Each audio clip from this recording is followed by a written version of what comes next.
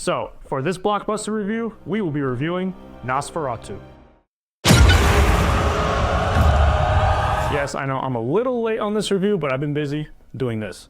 A little bit ago, I got a chance to go watch Nosferatu, and this movie was really good, but man, it was messed up. So this is a new modern adaptation of the old 1920s Nosferatu movies by Robert Eggers.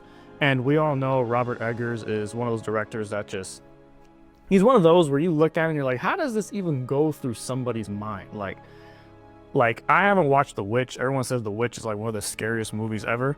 But I did see The Northman, and I'm going to be honest with you. I mean, the technicalities were really good, but the movie was just so messed up and weird to the point where I didn't like the movie at all. A lot of people praise The Northman, but I didn't like the movie like at all. I thought it sucked. Besides how messed up the movie really is, this movie's so demented and twisted, and it's almost disgusting, some of the scenes in this movie.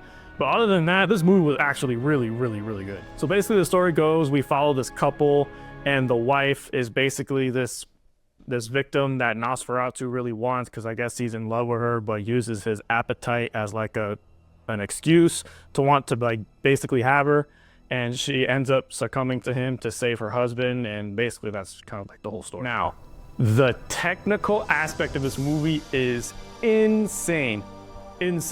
The cinematography and the lighting, like there's a scene where Thomas, the husband of Lily Rose Depp, I forgot the actor's name. Nicholas Hoult, I think is his name. Nicholas Hoult. But he goes down this like road, and there's the key light that's like really cold, and there's snow, and it's this endless road. It was so good. And the acting was good. Like Nicholas Hoult, I'm pretty sure that's his name. I'm not too sure. But his acting where he first met Nosferatu, he portrayed fear in a way that I haven't seen in a long time. Like he genuinely looked terrified, and that all acting and all aspects and the technical with the cinematography was amazing, with the lighting and the sound effects. Oh my God, the sound effects were so good. Like Nosferatu sounded like a demon, like a real demon, with the heavy footsteps and the low voice that is echoing throughout all over the place. Everything technical about the movie was super good. Bill Skarsgård. Yeah. I couldn't even tell it was him.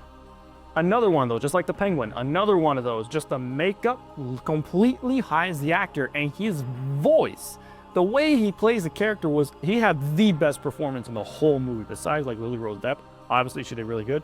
But he literally played the character to the point where you believe that this character could be real. You really believe that it could be real.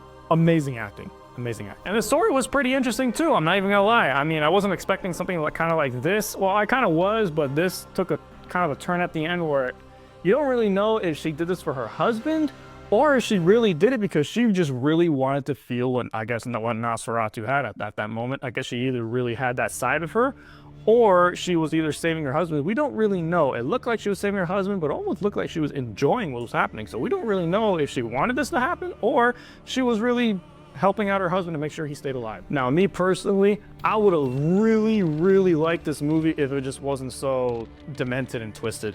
I'm not a very big horror movie fan. Like, you'll rarely ever see me do reviews on this channel of horror movies because I really don't like them. Not because I get scared. Well, obviously I get scared because I can't stand jump scares. But to me, it's the mentality of how does someone come up with something so disgusting and messed up? Like, I saw Smile 2 about a couple months ago, and I walked out of that theater like, who even comes up with this? It was just so twisted and messed up to the point where I didn't like it. This movie was twisted and messed up, but I really liked it. But it downgraded for me just because of how nasty and weird and disgusting it was. It was just one of those where in my mind, I'm like, how does someone even come up with this in their mind? Like, to me, it's just nasty. Maybe that's just me. I know a lot of people like that. So that's why I'm going to start off with an audience level. I'm going based off of like people that love horror movies. Well, a general audience, I'll give it about a 6. I know a lot of people don't really care for the demented stuff, but overall it was really good. But for horror audiences, I will definitely give it like an 8.5, 9 out of 10, because it definitely has that really good horror movie factor to it. So because of that, that's why for audiences, I will give it an 8.5 out of 10. And for filmmakers, I will give this about a 7.5 out of 10.